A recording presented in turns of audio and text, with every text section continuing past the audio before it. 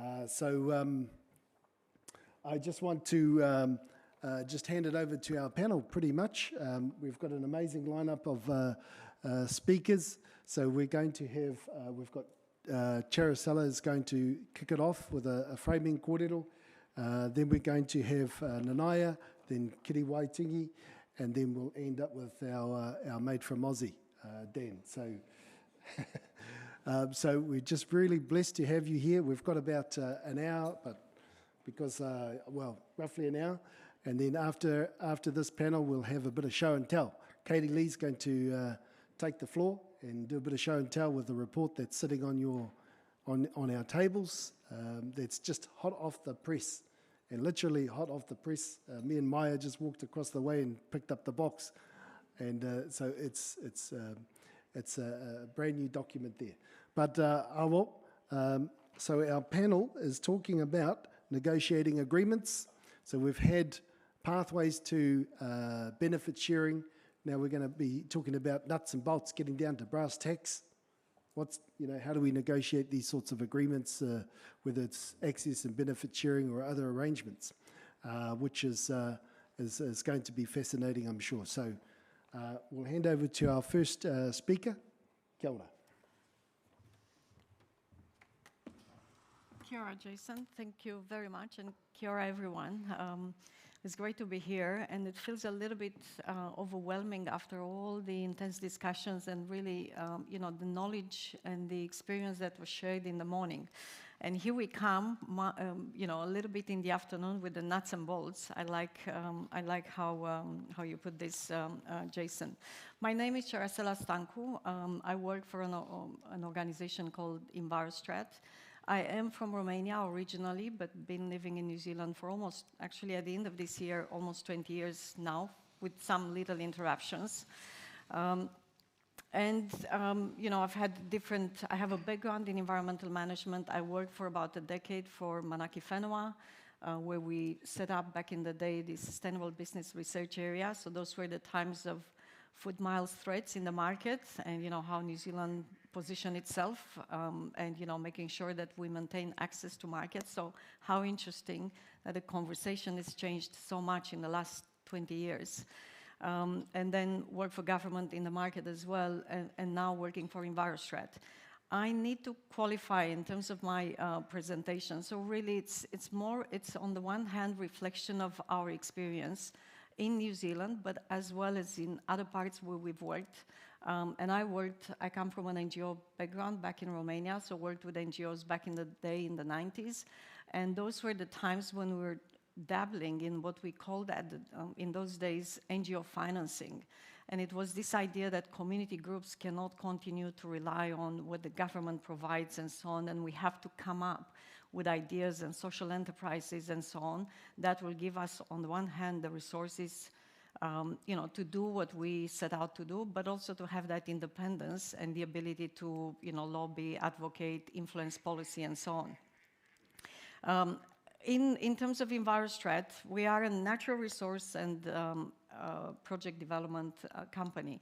What does it mean? So we do a lot of our work is linked to advisory in relation to natural resource use, and we've started many years ago, and in the last, I would say, almost a decade, we shifted much more the focus towards what we call impact investment and channeling finance towards environmental and societal issues. So in our case, we started originally by thinking how can we support land use transition at scale, given the type of issues that we're faced with in New Zealand in terms of water pollution, erosion. I think Mano in the morning really covered a lot of those, biodiversity loss and so on.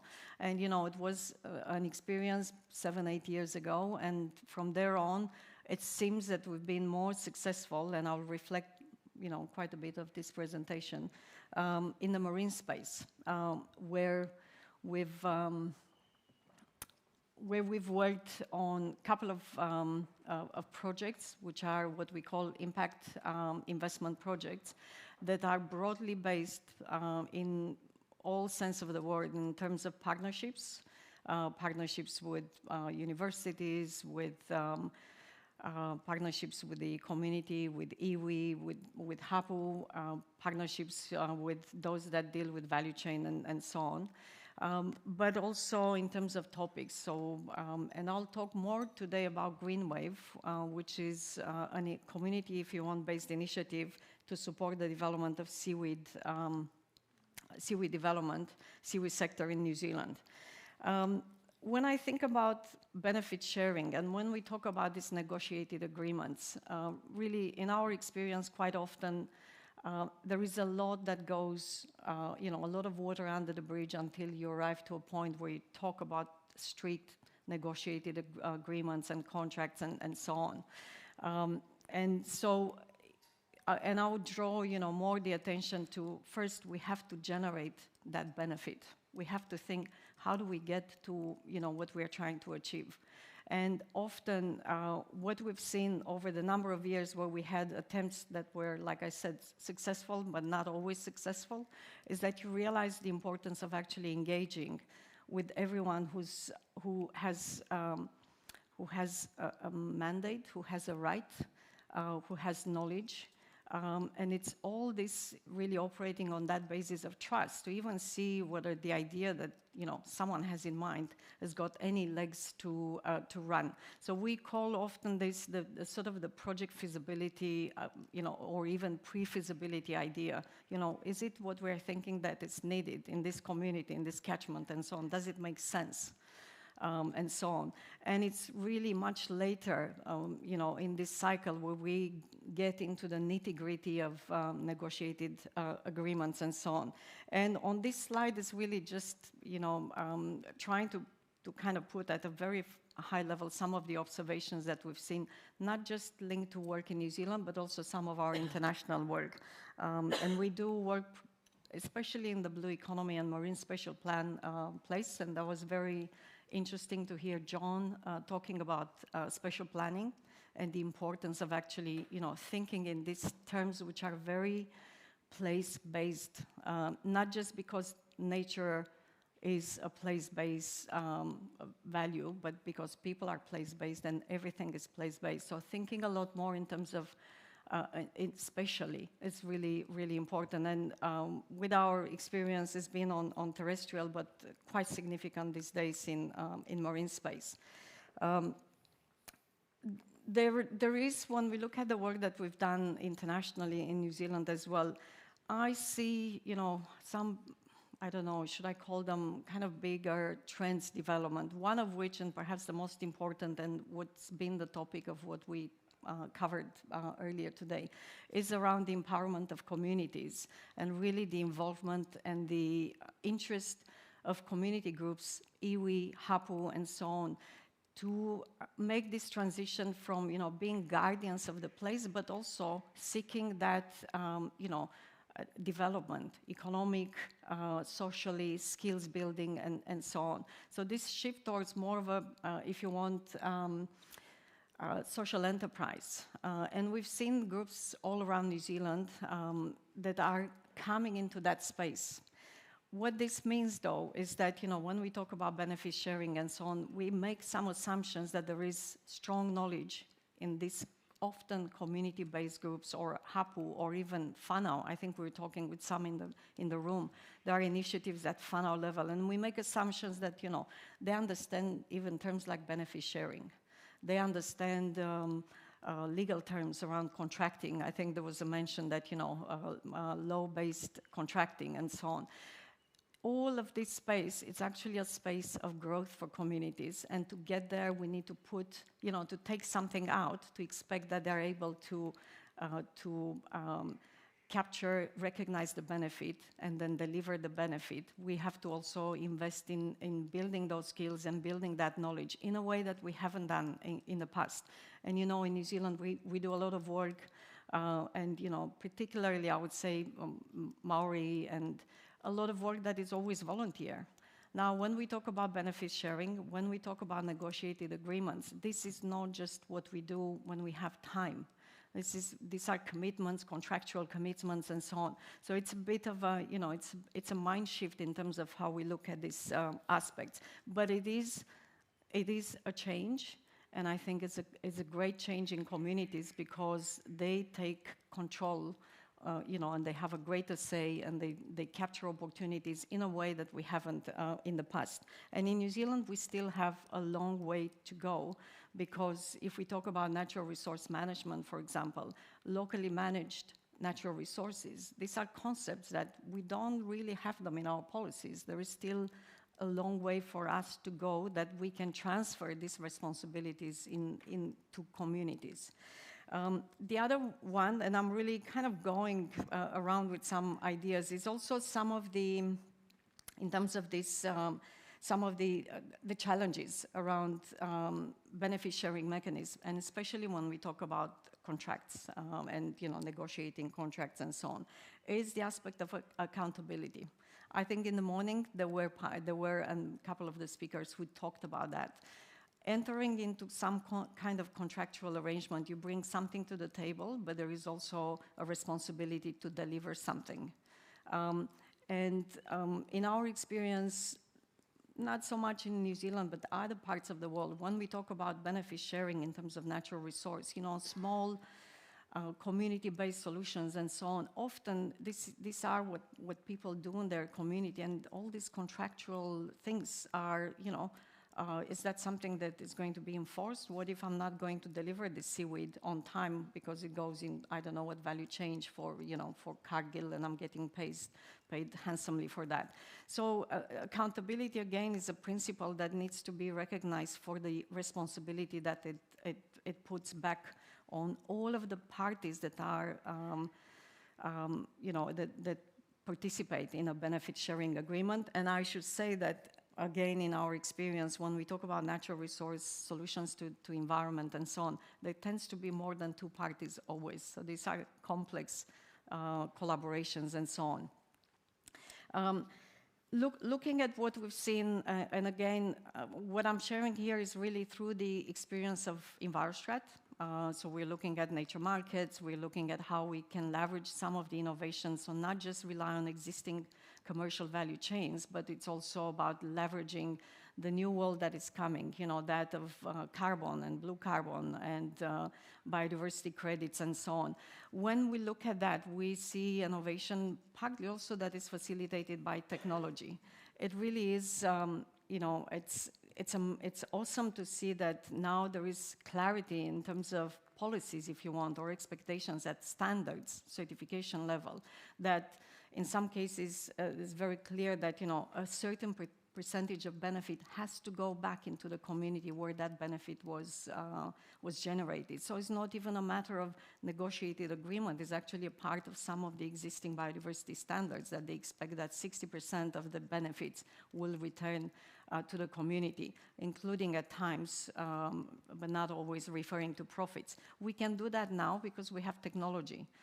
So if we generate a conservation token somewhere in New Zealand, we can now track that so that we make sure that if it goes into this big wild market where it's being traded and so on, the profit is not going away from the land and from the communities where it was actually generated, but it comes back. And technology is helping us now make that connection, which was impossible in the past.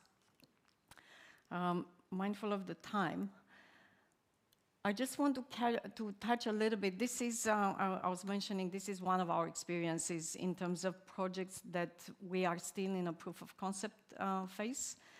But at the core of it, it really is this idea that, we want to generate benefits with the project that are, social benefits, economic benefits, but also cultural.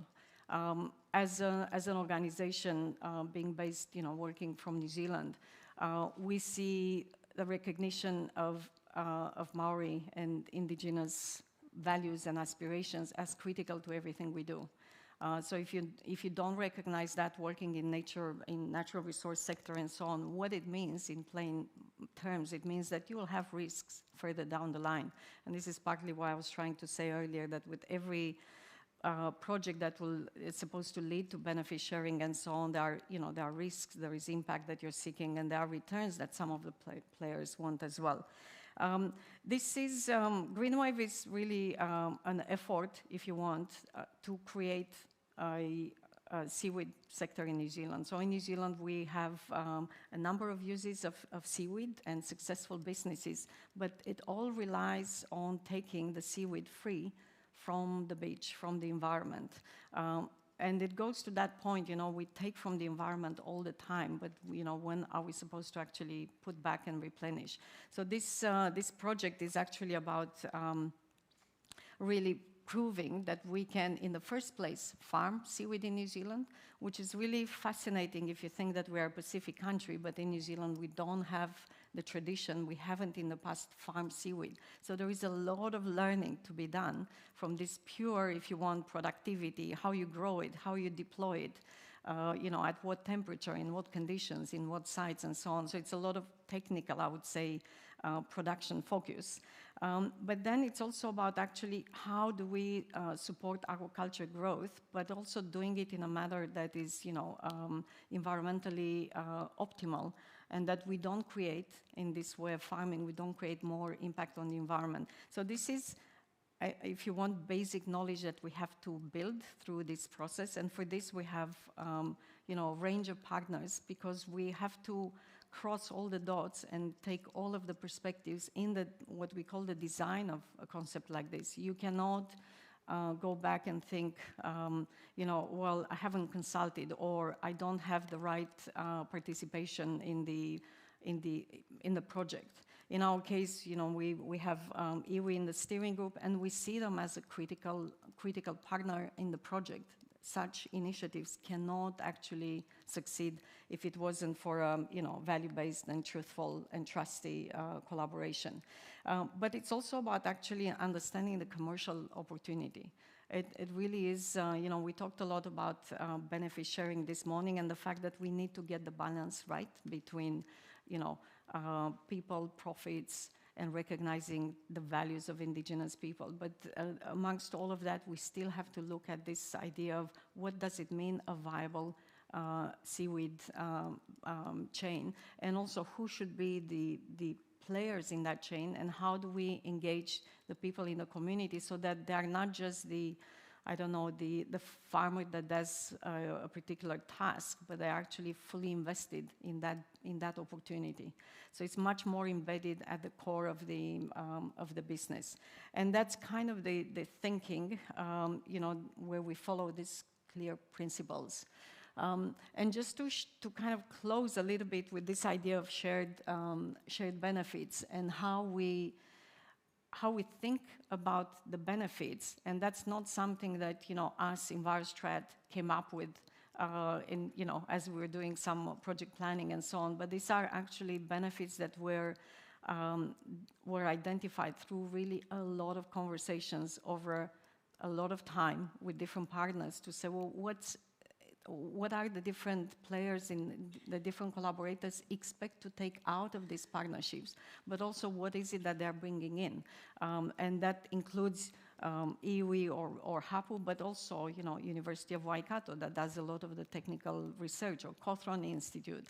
But it's also regional council, because we have to work around some of the regulation, which is still a challenge. So it really is an open, if you want, transparent project, proof of concept, in the idea that, you know, by not only quantifying these benefits, we can actually really find everyone's place. And I feel that, you know, I want to close with this. It's only on this basis of discovery that a negotiated agreement makes sense in terms of what terms, under what conditions, what is everyone bringing to the table. And I feel I'll leave it here. Thank you very much.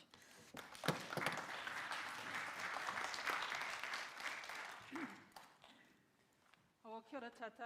I thought I'd contribute by offering a different angle and perspective on how to create the context for the evolution, and it is an evolution of opportunities that create value back to community when we think about where the new economy is going. And so, drawing on my previous experience as a Member of Parliament, as a Minister of the Crown, and trying to set the right enabling environment, the context for me went something like this. And I remember when I went down to the top of the south end, I think there was some early work being done, Miriama at the time, trying to codify taonga species down there. Anyway, I was put on the mat by iwi to say, well, what are you going to do as a government? And it got me thinking about, yes, there are all these trade opportunities, economic enterprise opportunities domestically for iwi to participate in, but if we don't have a context where we're thinking about the protection of our taonga species and our taonga works, then it's going to be really difficult to do one thing without the other. So that initiated a program of action, one of working with the Y262 claimants to be able to figure out that the Crown partner with the Y262 claimants in that ecosystem and figure out what does the future look like if we embarked on the journey that was started years ago to consider protecting our taonga in its entirety. And if we did that really well, and if that grew, that body of knowledge grew from the community, hapu and iwi, up, then that could inform the way in which Crown would organise itself to be able to at least get some of the thinking around the regulatory environment right. And then, in terms of the public sector, the question was to, primarily at the time, Te Puni Kōkiri, what could we do, again, to create the right enabling environment and the conditions for this to create something different and innovative that would help serve the future of Te iwi Māori. And I think we're on that journey now. A few reflections on that. It wouldn't have happened by accident. You have to have some political impetus to champion the necessity of going towards a future state economy that puts Indigenous people right at the centre. So that was a key reflective learning for me. The second learning was that in its entirety, often government doesn't have the decision. I can say that confidently because we develop policies as political parties and we know where the big gaps are. So don't expect all the answers to come from the government sector or politicians or political parties. So how would you partner the evolution of this thinking to come back into iwi? And there has to be a level of trust that if we invoke the treaty relationship, then there is an opportunity to do things differently, but we have to invoke it. The third reflection for me is that you could do all of this at this level, but you need some proof points. So to the opening statements, if we don't get some local proof points about how this is evolving and where it could go to in various sectors and in very different ways, then we'll end up asking ourselves, well, was it worth it? I didn't think it was, having travelled around the country. I could see in technology and business and various elements of various sectors of enterprise, the way in which Māori were participating, they were thinking about the whole picture. What is going to be sustainable, what is going to create value back to our community and lift our social well-being opportunities, what is going to hold integrity with who we are as iwi, as Māori in general, and then what could create value for this country as we took our experiences to the world. So there were all these value propositions that actually stacked up. And if we can, over time, continue to refine the political discourse that put all these dots on the page because they all stack up, then it doesn't make sense to retract and go backwards on the advances that Māori are making in this area, but also for our domestic regional economy and for the international economy and what's transferable with other Indigenous peoples. And so for me, if I kind of try and weave my way into this particular panel, I think it's a textured and layered set of things that need to happen in order to create the most value back to community and back to people. And that's got to be the trajectory upon which we go to. If I just take the Liberal licence to comment on benefit sharing and social investment and impact, another worthy cause that perhaps could be worked out with community with iwi and by government, partnered by government agencies, it would be to set up these entities that could be the receivers of the value, but also support the way in which that could go back to community. Because to be quite fair, you won't have a lot of money floating around to trial the optimum entity model. But government could do that.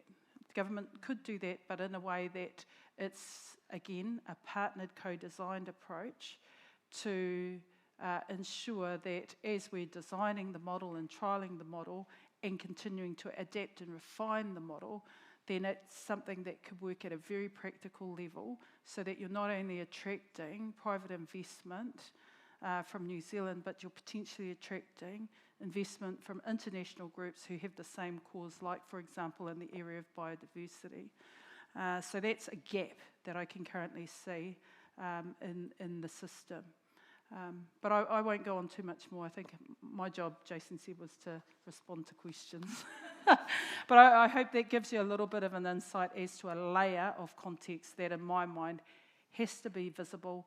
It's not by accident, and we have to continue to map out what the value proposition is of continuing to go down this pathway from a Māori perspective and then an Indigenous perspective. And it is regarded around the world, our experiences are regarded. Oh, the one last thing I'd say is in the private equity investment sector, international companies are struggling with the S part of the ESG responsibility. So there's opportunity out there. Hey, there is opportunity out there. We just have to grab it.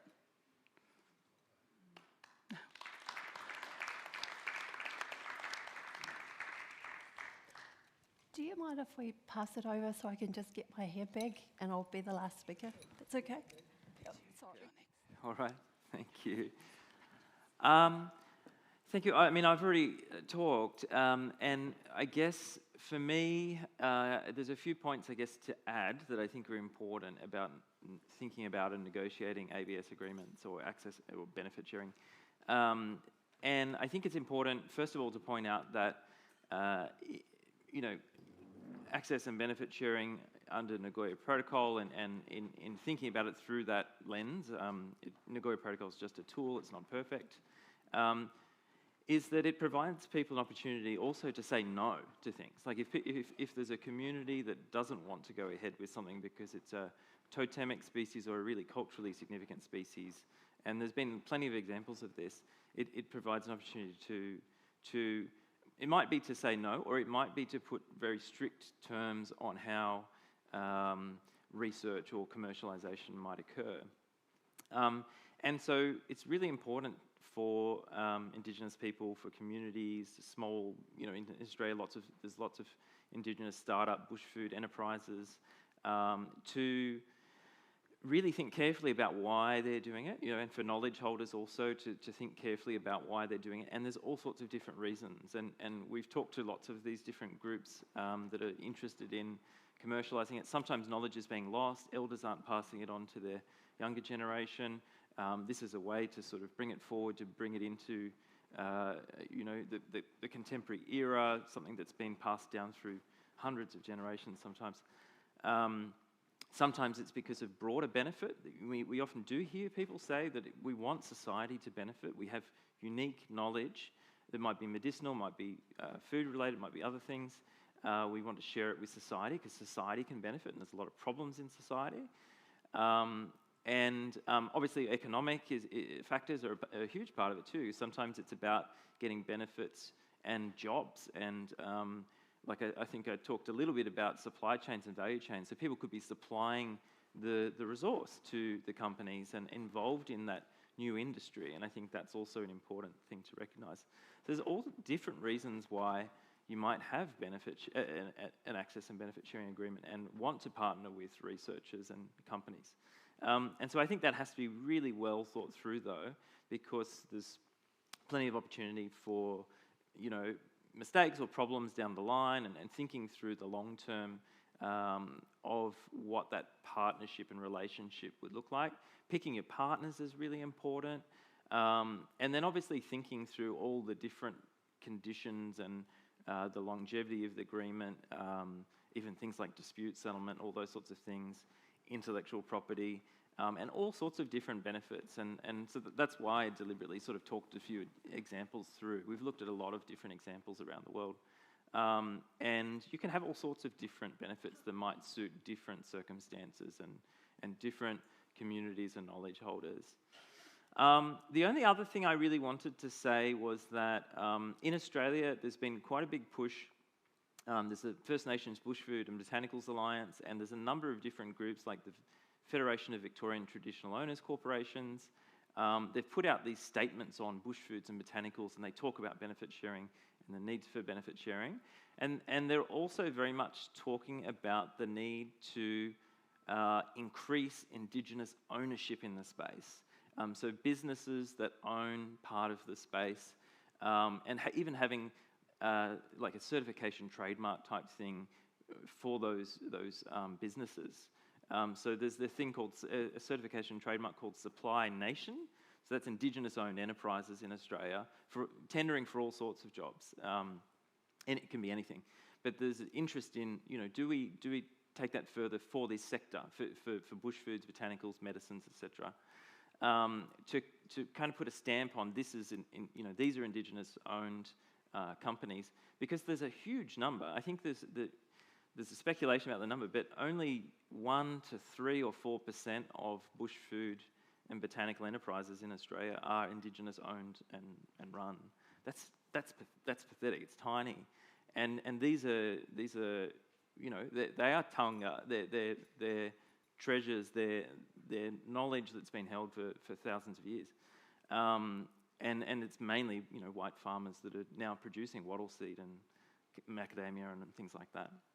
So I think that's also another part of the puzzle, is looking at things like, like some kind of recognition that that people can look for in the supermarket, for example, to say I know this is Indigenous owned, so I can pick that one.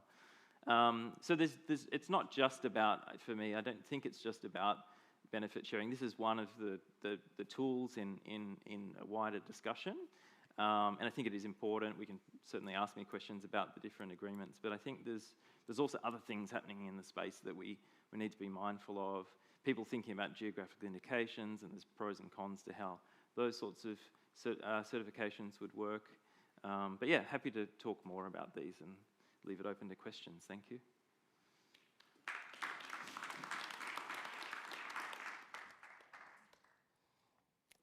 Well, hei kōrero tuatahi, mā aku kia mohe atu ki a koutou ko Waihoki ahau, ko Kiriwaitinga Rei tōku ingoa, huri ahau no Te Arawa Waka, no mā tātua, Tainui me Aotea.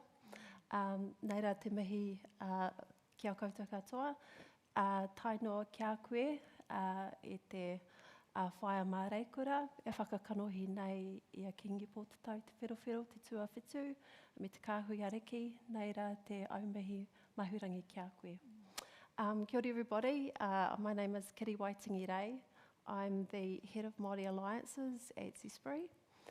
I kind of didn't really understand why I was really here, but I think I would like to share some of my recent experiences. About a week ago, I've just come back from taking a delegation of Māori growers, along with my sister over there, Stacey Whitiora, through to LA and to Hawaii. So for those of you who aren't familiar with Zespri, we are New Zealand's marketer of kiwi fruit.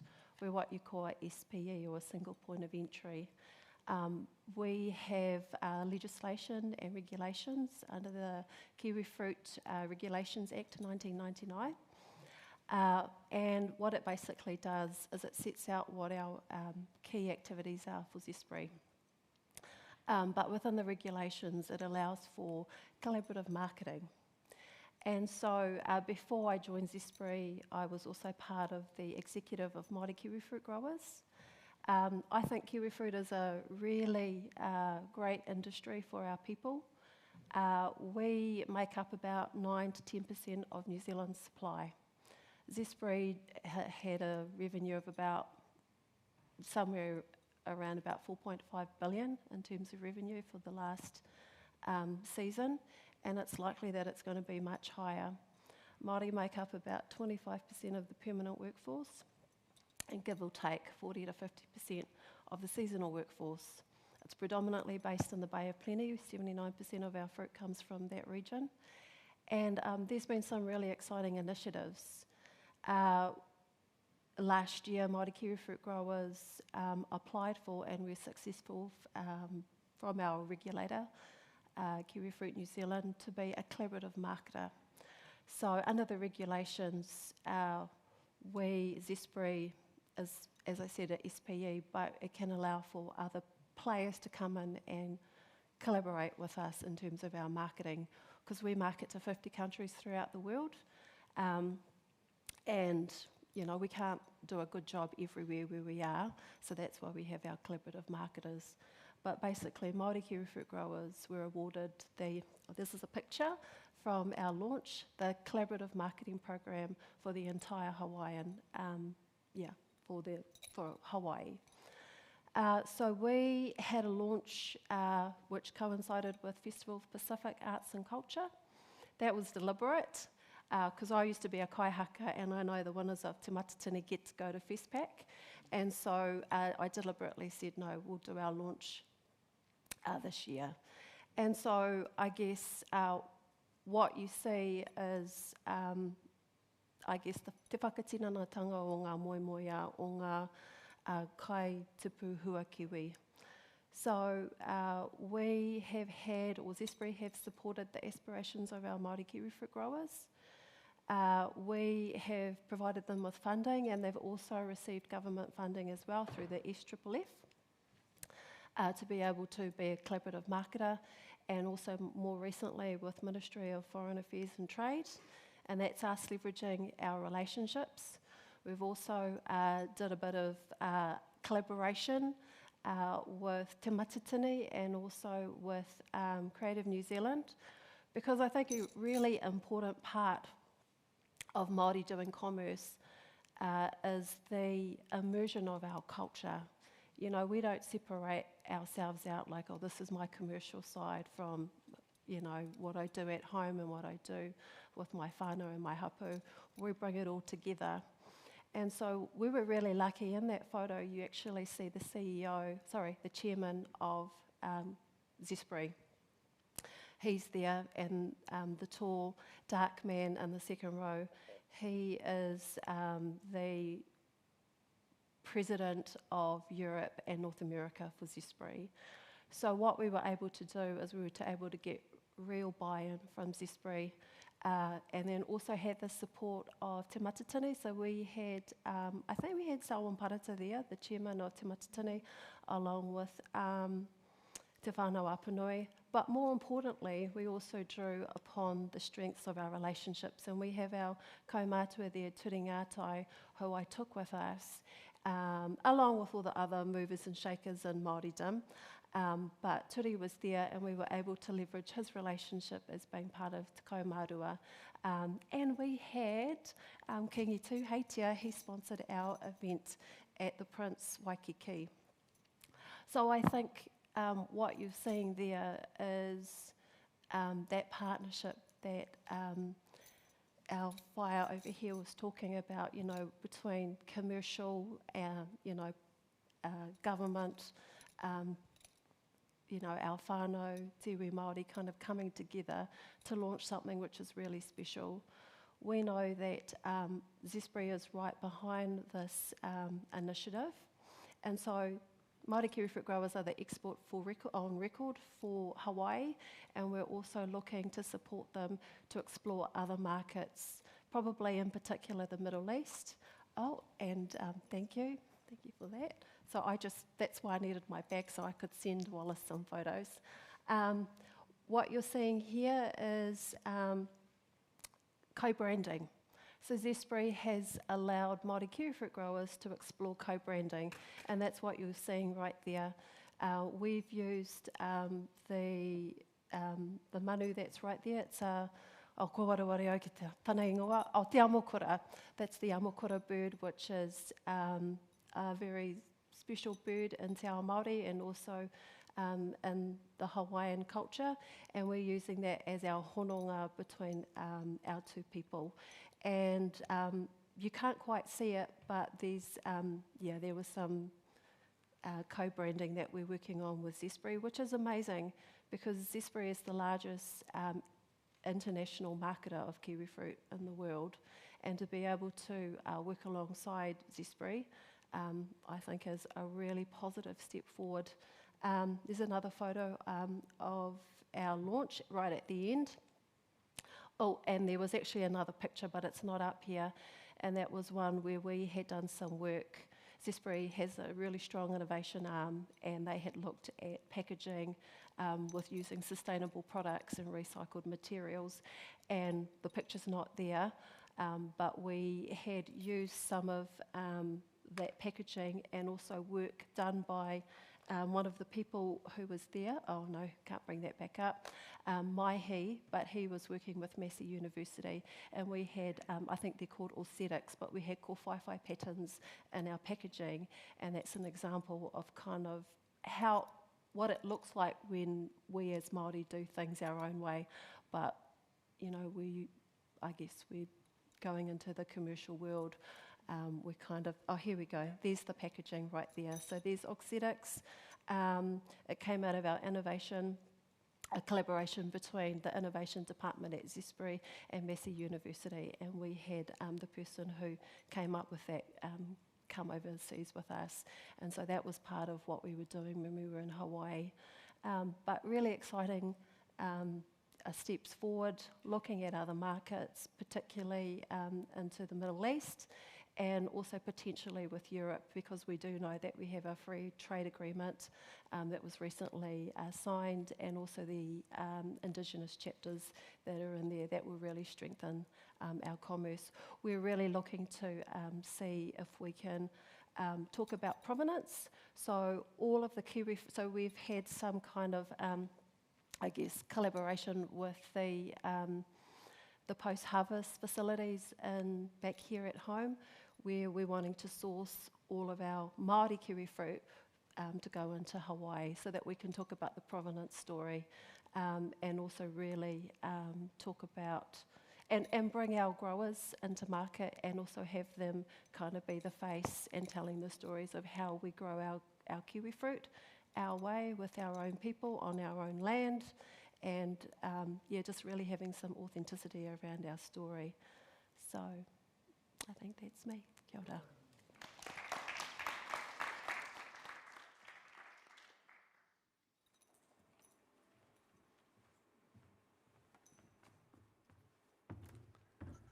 Awesome.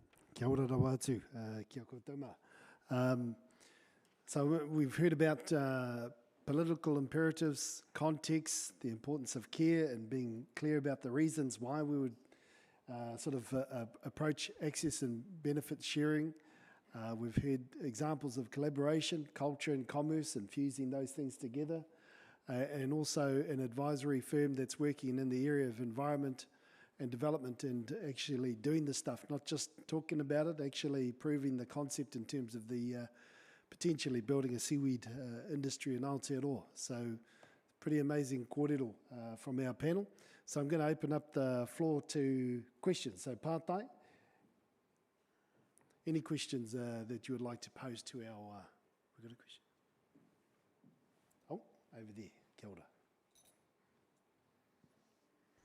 Kia ora koutou, thank you. That was really interesting and informative. Kiriwaitinga, just thinking about I did a bit of work in cannabis for a while, and we thought about, this isn't our taonga, it belongs to Asia, like from around Nepal and China and things. And similarly with kiwi fruit or Chinese gooseberries, it's not our taonga, and just wondering what, if any, relationships and benefit sharing you fellas are Zespri's developing with the Chinese places of origin, that the taonga for them, I guess, comes from, if any. I think PFR's done a bit of thinking about that too, maybe. Kua whānako here,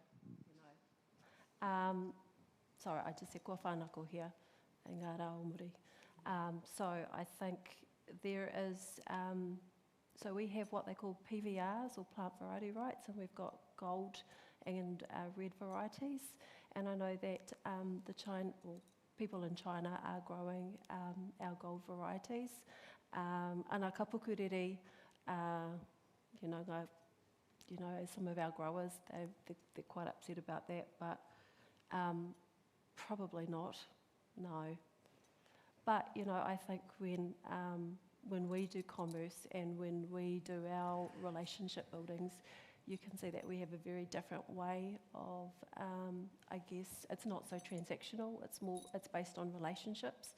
And I would say if Māori kiwifruit growers were unleashed in China, it would be fabulous, personally. That's what I would think. Miriama, did you have something to say? I was going to extend on Manu's kōrero because, thank you, and I know a lot of people will drink tohu wines in here, but I guess my observation was that when we looked at what Wakatu was doing and what we export, and whether or not we were ABS compliant, a lot of the work that we did came back from where the genetic material came from. And of course, we're kiwifruit growers, the rootstock for viticulture, and Privar for apples. And actually, it was quite enlightening in terms of where all that material came from. And actually, to Manu's point, well, is that our future? And I think to your point, Nanaia, when I think about our taonga species and the relationship that we have with that taonga, the authenticity, integrity, to be able to go into market and to be able to show that connection. But then how do we look at the model in terms of, how that then, and it's a new model of the future, I believe, as to how then we can think about all of those other benefits that are really important to us. I don't have an answer for that because we're certainly on a journey, but I would be very disappointed, and I know it's already happening, that from a bioprospecting perspective, a lot of our material is offshore. And it has been since Cook came here in 17, whenever. And I think that was my call before, as to, when we've got to take responsibility. Government can enable us, but at the end of the day, where is the leadership coming from? Otherwise, we'll keep talking about this in another 30 years. Or mind you, ngā taonga tuku iho number 2, maybe, because I'm thinking about those collections. Sorry, Jason. Because I think about where the fungi collection is. It's in Manaaki Whenua. A lot of those collections, the flax, it's not in our custodianship. It's in the Crown's. Kia ora, kia ora. Pātai anō? Another question? Kia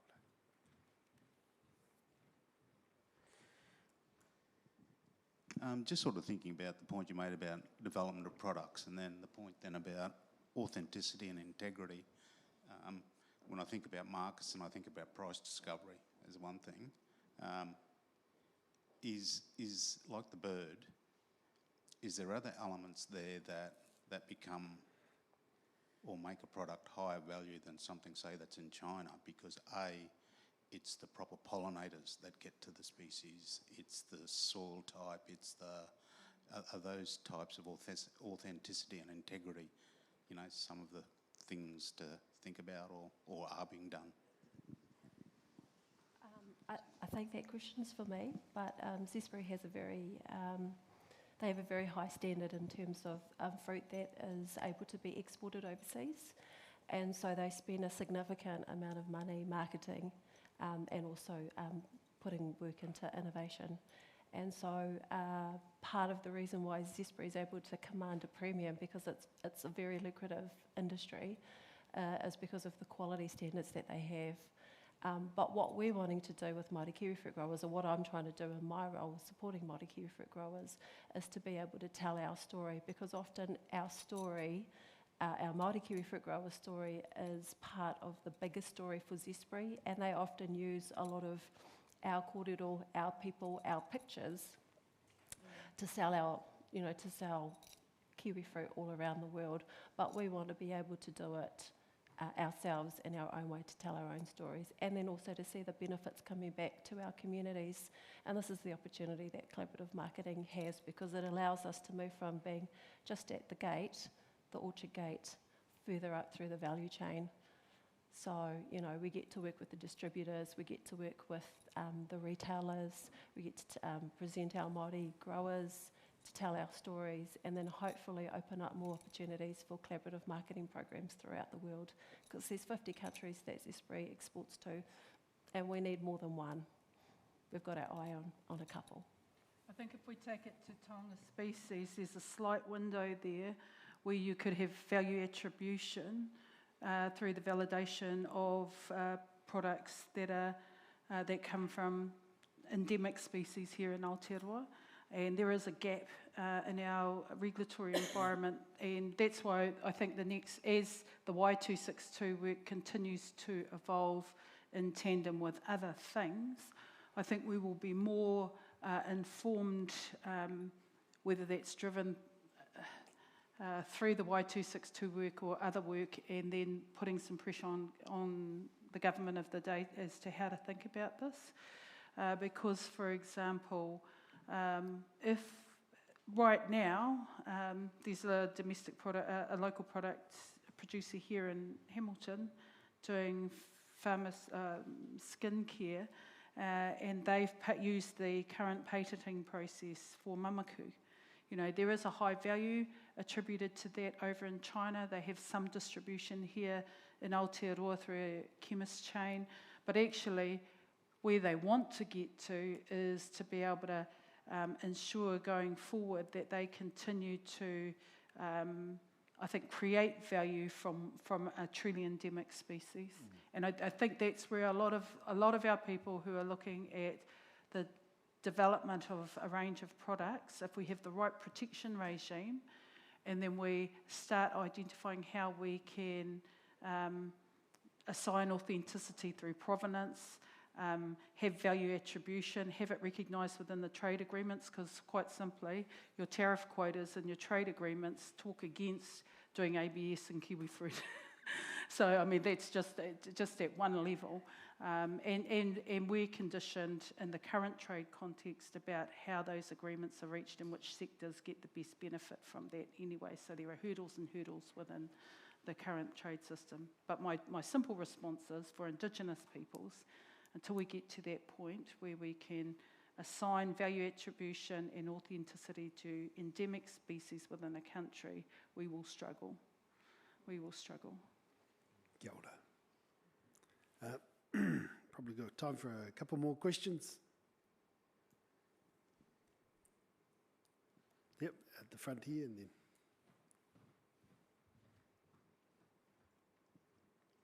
Interesting looking at that photo up there, and it says kiwi fruit when overseas it's known as a kiwi. And the other thing is that we put our Māori name on the front. Is that going to be given a new tohu, a taonga name going forward? And the consideration of what Miriam has talked about is probably a consideration that'll need to be considered. And when I'm talking about just kiwi fruit, I'm talking about anything that we do going forward in the future.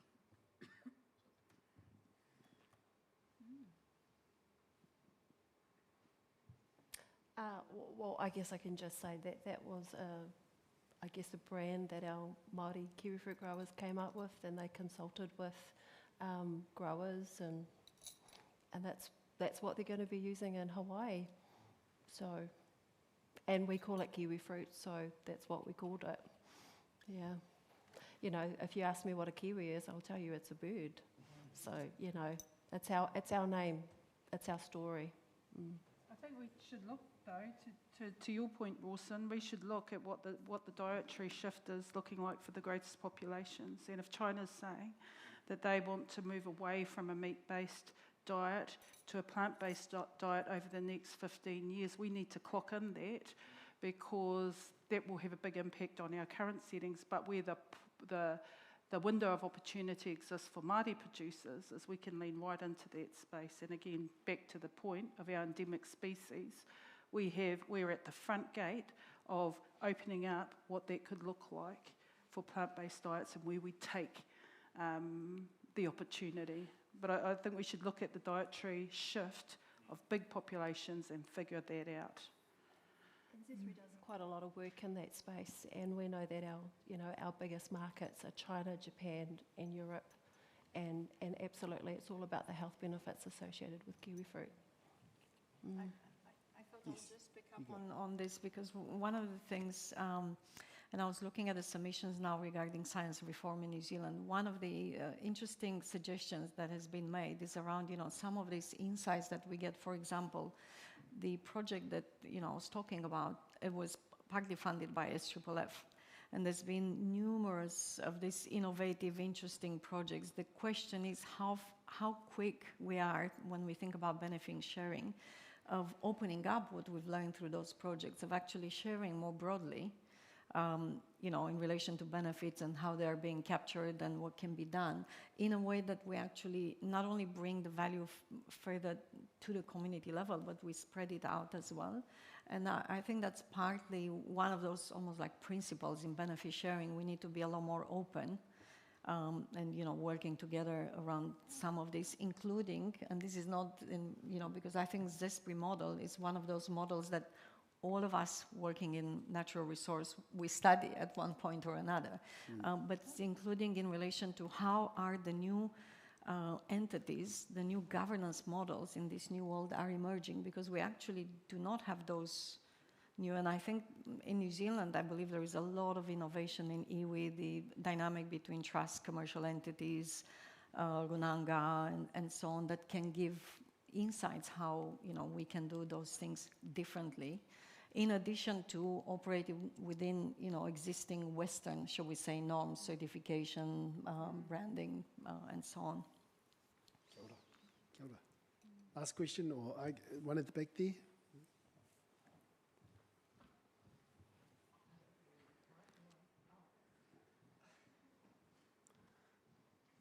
Kia ora. So I'm just wondering if there's any research or if any businesses or companies are able to quantify the value of authenticity for their products when they're pricing. I can have a go at this, and I remember, in fact, an EDS conference a number of years ago, and this was at the time one of the innovation people at Zespri, and we're having discussion around reputation value and authenticity value, and I think there seemed to be a bit of an agreement that to put a real value on it, you only know that once you lost it, because at that point you can really put a dollar value on what you've lost. There are methods to do valuation of authenticity and so on, and Sandra, my colleague, and others will work more on the economics they can provide. But to me, that made me think a lot. It's like, what is the loss once you had something? You didn't really think so much about it in terms of reputation and authenticity. You know its value once you lost it, because you can see it in your financial books, you can see it in your relationship with markets. It's not quite answering fully, but I guess that's what we're trying to test with the collaborative marketing program into Hawaii, is that we as Māori, we believe, that our story adds a lot of value, but I guess this is the way that we can get tangible evidence, if it does, if we can grow that market, telling our stories, using our own, or doing co-branding.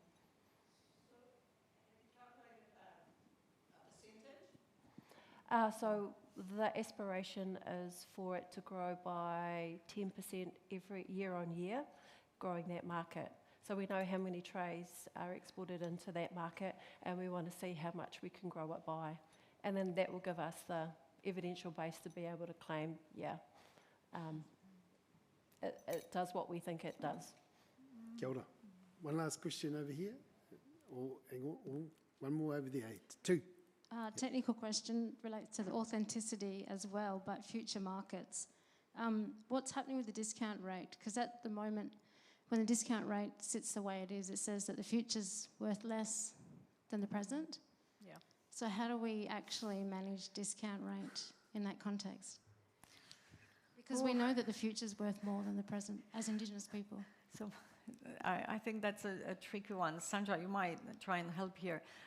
We tend to follow in New Zealand sort of the Treasury advice, and I think in any economic modeling we've done over the years, we either use 6%, between 6 and 8%.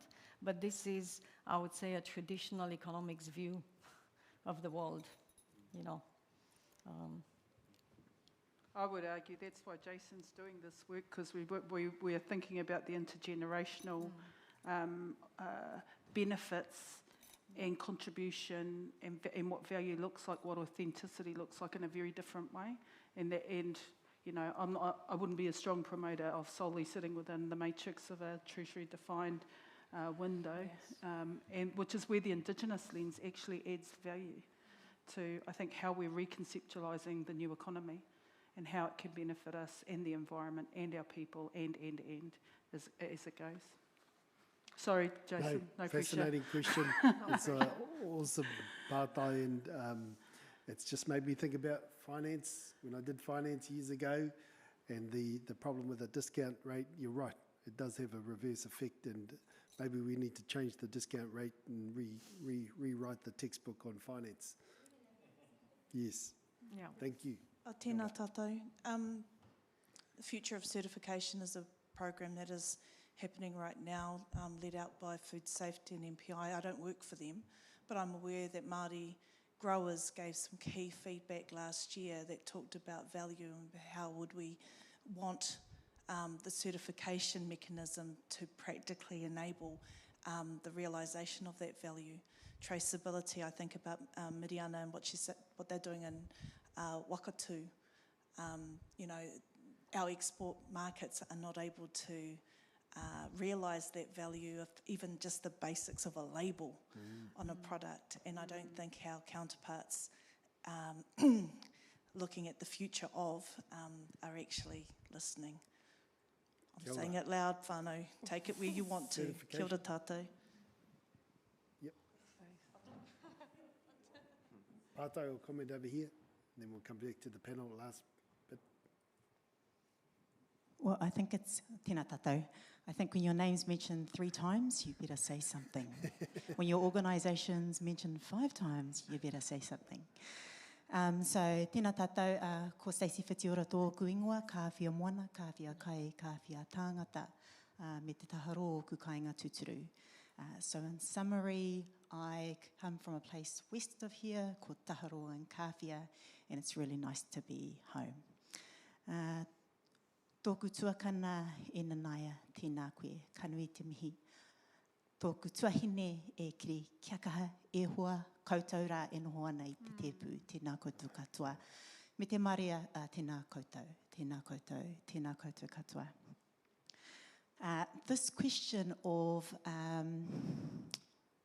to Zespri and Plant and Food around how will you manage the kōrero of access and benefit sharing back to the original owners of the kiwi fruit cultivar is an interesting one. It was actually asked of me in the first week when I started at Plant and Food, Stacey, what are you going to do about this? And I thought to myself, well, first of all, I've got to deal, my job title has Māori in it. So I've got my hands full with my own Māori whānau here in Aotearoa. But I'm sure the solutions to that lie in some of the tikanga and ways of operating within Māoridom. It's an interesting kōrero because it's something we really want to do something about, but it is so political and so sensitive.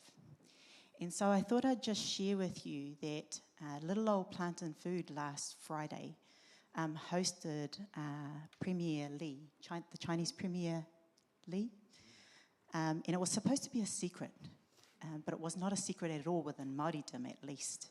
They all knew that His Excellency and his delegation, and I understand he's quite a powerful person within the global community, but we hosted him at Plant and Food. And, you know, this was a topic that we thought would be raised as part of a kōrero between him particularly, our organisation. It did not come up in that environment. He was so excited about the value that has been added to kiwi fruit that's all he could talk about, was the lovely, tasty, expensive fruit that has been developed. But that entire kōrero, at the centre of it, was about people. So earlier on, there's been kōrero throughout the day about monetary and non-monetary benefit. And so front and centre was this 30-year relationship that Plant and Food and its predecessor organisation has had with China, however you want to describe that, and the number of entities that have come here. So the focus was on this joint lab that we've developed together and the mutual capacity that we've been growing for the last 30 years. And so the kōrero was represented by people in our organisation who have been there for 40, well, actually some 50 years inside of Plant and Food. And actually the exchanges to develop people's careers to gain their PhDs. So sitting beneath this kōrero, there is some real value around that non-monetary, but actually has converted into household prosperity for some of these individuals. And so I want to read out a little passage simply because this is an interesting one for us. And it's a kōrero around, Premier Lee told us that he knows our fruits well because he eats them regularly. Specifically pointed out apples and kiwi fruits. He said New Zealand fruits are very tasty and expensive in China. He said if each Chinese eats one additional kiwi fruit, that will be a demand of 1.4 billion fruits, and New Zealand probably cannot supply that many. Yeah. And I thought to myself, well, let us try. And so it is an interesting kōrero to have around export, the role of Māori in that, but also to hear Kiri's point around how we're learning from things that haven't gone so well in the past to do it in the right way. So for me, it's this doing better and just, I don't know if you mentioned, so I would reply, Manu, but I think we're taking the insights and lessons from those previous experiences and those 4 areas that you put up and focused on that bryophyte space, right, where we don't want to repeat what is seen as a mistake of the past. I think we also have a role in this to inject fuel into this space to also create more momentum and excitement, because I think the rangatahi who are coming through are actually not sure how quickly they should step into some of these spaces. So as some things are going backwards, it would be great for some of us to continue to go forwards. So again, not quite a full response to the what are we going to do, but when you look under the hood, there are some monetary and non-monetary benefits that have occurred already. Kia ora. So I hope you don't vilify us too much as a Crown. No, thank you very much. So on that note, we're going to just want to please join me in thanking our panel for their awesome presentation. Kia ora.